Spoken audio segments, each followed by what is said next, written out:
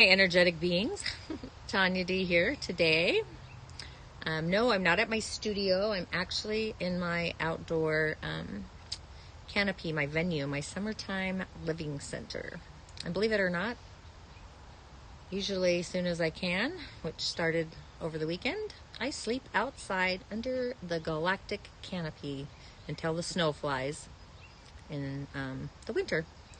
But today I just wanted to muse about some natural resources that we all have, and usually we don't put all of them to use at the same time, usually one or two, but not all of them. I always like to kind of start with solitude. That's my favorite place to be. Connecting with our solitude and actually soliciting it. A lot of people are afraid to embrace solitude, and actually I feel like in solitude is where we nurture our inner nature. I created an entire online course about soliciting solitude over a year ago, I believe. Has different meditations and different ways to connect with your inner solitude. Another one is rest. And proper rest I don't mean by sleep, but actually true, authentic rest to your beingness.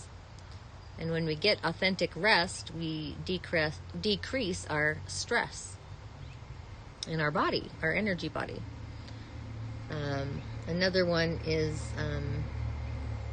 nutrition, our nutrition quotient, or what is nutrition anymore.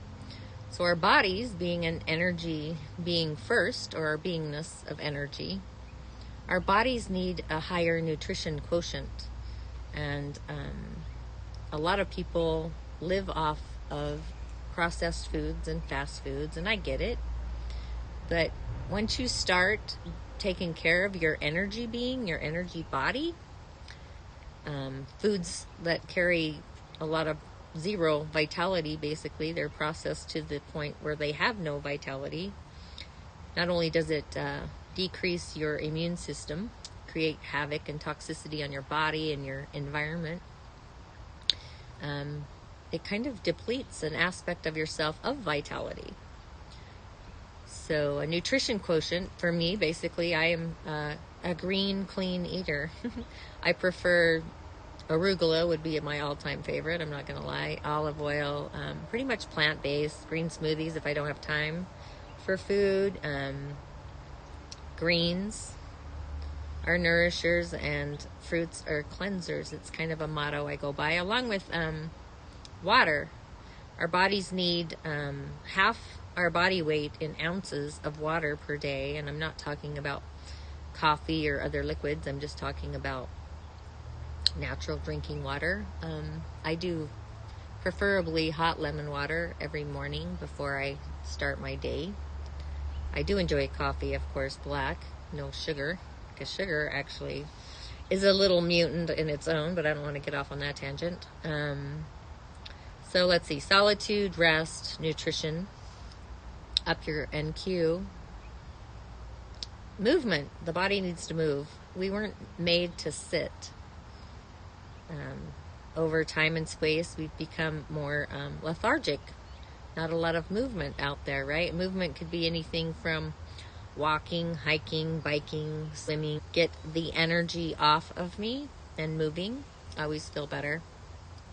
And I do prefer to lift weights to the maximum that my body will allow. And our attitudes, right?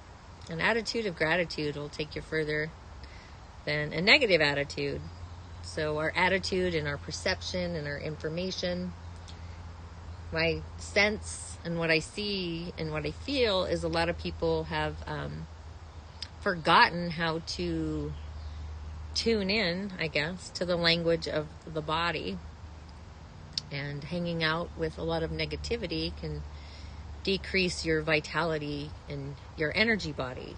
So for those of you that are just friends on my Tanya D personal page, you'll probably have noticed most of my posts are just of nature and animals and the ocean and nature.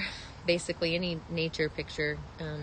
Instead of listening to mainstream media, I've kind of left that world a long time ago, because I find the media is creating fear. And a book I read recently was called Loser Think. It's basically how people take certain snippets from what's been said and they spin it in a negative fashion. So getting rid of negativity out of our thought space takes a lot longer to remove than a positive aspect. So for every hour of negativity you embrace in a day, it'll take a full week or longer of positivity to cleanse it out of your system, energetically and environmentally. That's why toxic people, you kind of have to remove them out of your venue, because they will bring you down. Breathing. The other one is breathing. I do breath work every morning, usually a minimum of 7 breaths. I connect with my higher self, my middle self, and my inner self, and more. Just through breath work. I always work first and foremost naturally through the heart space, and I put myself in a sphere of a protective, energetic sphere, a vibration of energy. I'd call it from the cosmos, the elements. I love the elements. I look at them quite differently. I feel and sense that becoming more connected with nature and nurturing our inner nature within nature and the cosmos. These are both two forces I work a lot with energetically. But yeah, the breath work. So just tuning into different aspects of our energy body through the breath, whether it's our ego self, our protection self, love of ourself, our beliefs. You know, a lot of our beliefs aren't even our beliefs. They're part of our conditioning and part of our programming. And when we quit questioning beliefs, sometimes the conditioning creates discourse in our body as well. And our body becomes inflamed. It's not happy on a lot of levels. So just tuning in and engaging our energy body is huge. I could go on about that for a while, but yeah, anyway, I just wanted to muse about one of my online courses. Actually, it's called The Balance of Being. Those natural resources and putting them to use. Soliciting Solitude actually came off of The Balance of Being, because I feel like people don't really like to be alone with themselves, and slowing us down. So yeah,